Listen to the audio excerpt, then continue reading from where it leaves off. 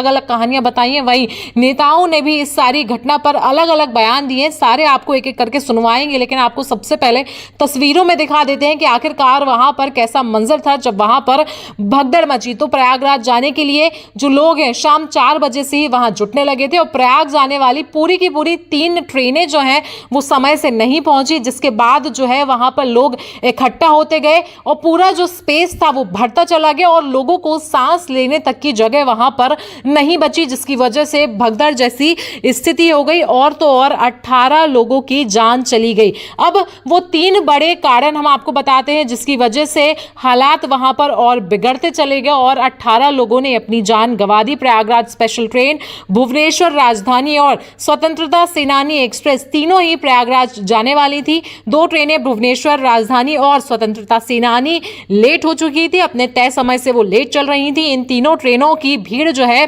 Platform number 14 पर चली गई थी। इसके बाद जब प्रयागराज स्पेशल ट्रेन यहां पहुंची तभी अनाउंस हुआ कि भुवनेश्वर राजधानी प्लेटफॉर्म नंबर 16 पर आ रही है और सुनते ही 14 पर मौजूद जो लोग थे वो 16 की तरफ भागने लगे, जिसकी वजह से अफरा तफरी का माहौल हो गया। अब आपको पूरी स्थिति जो है वो अच्छे से बताते हैं। 3 ट्रेनें थी, वो 3 ट्रेनें ही प्रयागराज जा रही थी। एक प्रयागराज स्पेशल ट्रेन थी, एक भुवनेश्वर राजधानी थी और एक थी स्वतंत्रता सेनानी एक्सप्रेस। तो सबसे पहले 2 ट्रेनें यानी कि भुवनेश्वर राजधानी और स्वतंत्रता सेनानी लेट थी और इन तीनों ट्रेनों की भीड़ जो है वो प्लेटफॉर्म 14 पर जमा थी। लेकिन जब प्रयागराज स्पेशल ट्रेन यहां पर पहुंची तभी अनाउंस हुआ कि भुवनेश्वर राजधानी जो है वो प्लेटफॉर्म नंबर 16 पर आ रही है और सुनते ही यानी कि 14 पर 3 ट्रेनों की भीड़ मौजूद थी और जिन लोगों का टिकट भुवनेश्वर राजधानी में था उनको जैसे ही पता चला कि 16 पर नहीं बल्कि 14 पर जो है वो ट्रेन आने वाली है, उन्होंने फटाफट 16 से 14 पर आने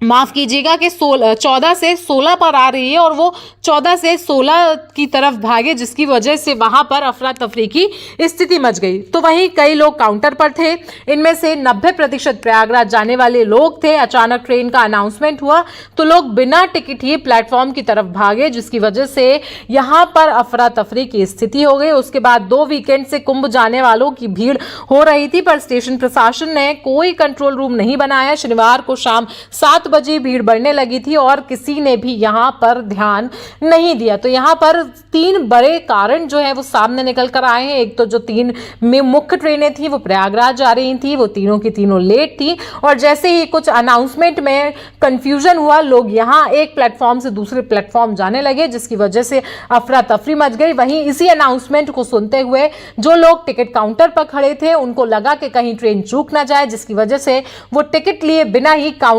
काउंटर से प्लेटफॉर्म की ओर भागे। तो वहीं अगर प्रशासन को पता था कि प्रयागराज जाने के लिए भारी संख्या में लोग यहां पर आ रहे हैं तो कोई कंट्रोल रूम क्यों नहीं बनाया गया, क्यों प्रशासन की ओर से इतनी बड़ी लापरवाही की गई और क्यों रेलवे ने इन सारी चीजों का बंदोबस्त नहीं किया। और उस टाइम जब भगदड़ मच रही थी शाम 4 बजे से लोग वहां पर जुटने शुरू हो गए थे, तो क्यों प्रशासन ने पहले से ही पुख्ता इंतजाम भीड़ को संभालने के लिए क्यों नहीं किए। ये सारे ऐसे सवाल हैं जो लगातार बढ़ते जा रहे हैं और ठीक ऐसा ही महाकुंभ में हुआ था जब 29 जनवरी की रात 2:30 बजे वहां पर भगदड़ मची थी। आधिकारिक रूप से 30 लोगों की मौत की पुष्टि हुई थी, लेकिन ये हम नहीं कह सकते हैं कि यहाँ पर 30 है या फिर उससे ज्यादा है, क्योंकि वहां के स्थानीय लोग बता रहे हैं कि वहां पर 100-150 से ज्यादा मौतें हुई हैं। लेकिन आधिकारिक रूप से यानी कि ऑफिशियल यूपी सरकार की ओर से जारी बयान में यह बताया गया था कि 30